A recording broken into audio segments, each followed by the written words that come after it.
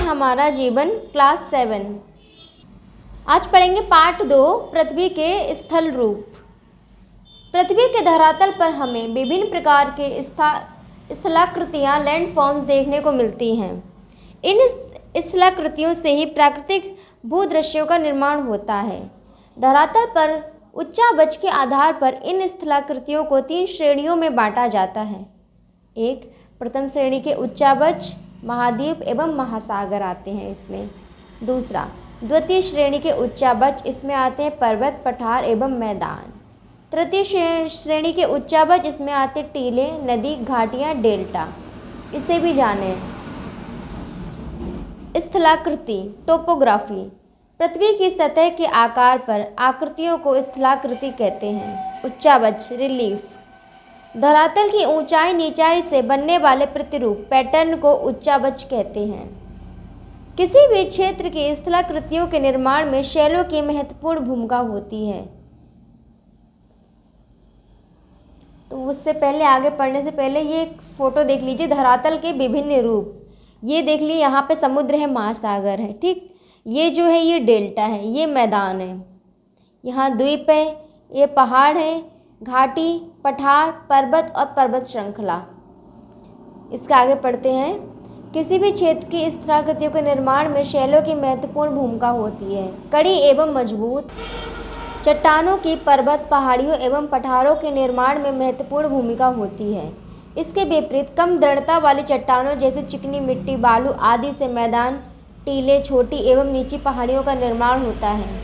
निर्माण के आधार पर स्थलाकृतियों के 3 मुख्य प्रकार होते हैं। ये हैं पर्वत, पठार एवं मैदान। इन्हें धरातल पर द्वितीय श्रेणी के स्थल रूप कहते हैं। पर्वत एवं पहाड़ी, माउंटेन्स एंड हिल्स। सामान्यतः आसपास के धरातल से ऊंची स्थलाकृतियों को पर्वत तथा उससे कम ऊंची स्थलाकृतियों को पहाड़ी कहते हैं। पर्वत साधारणतः समूह में होते हैं, इसे पर्वत श्रेणी, माउंटेन रेंज कहते हैं।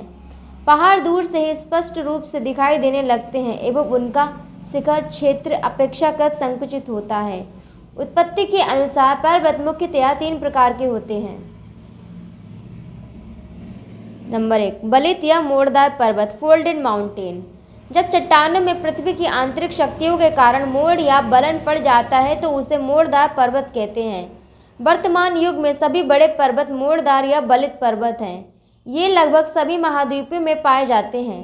कुछ प्रमुख बलित पर्वत Himalaya, Elburz, Alps, Atlas, Drakensberg, Rockies, Andes, Great Dividing Range आदि। इनका विश्व के मानचित्र पर अवलोकन करें। दूसरा टाइप के पर्वत 2, खंड या भ्रंश पर्वत, ब्लॉक माउंटेन्स। विशालकाय चट्टानी खंडों में भ्रंश या दरार पड़ने से इनका निर्माण होता है। चट्टानों के भ्रंशित होकर ऊपर उठने या नीचे धंसने से भ्रंश पर्वत अस्तित्व में आते हैं। भ्रंश पर्वत के निकट बनी घाटी भ्रंश घाटी कहलाती है। भारत में नर्मदा नदी विंध्य एवं सतपुड़ा पर्वतों के मध्य भ्रंश घाटी में बहती है। विश्व के प्रमुख भ्रंश पर्वत Vosges, black forest, Sierra Newada आदि हैं। हमारे देश में पश्चिमी घाट भ्रंश पर्वत का प्रमुख उदाहरण है। ज्वालामुखी पर्वत, वोल्केनिक माउंटेन। ज्वालामुखी भूपर्पटी पर एक मुख या खुला द्वार होता है।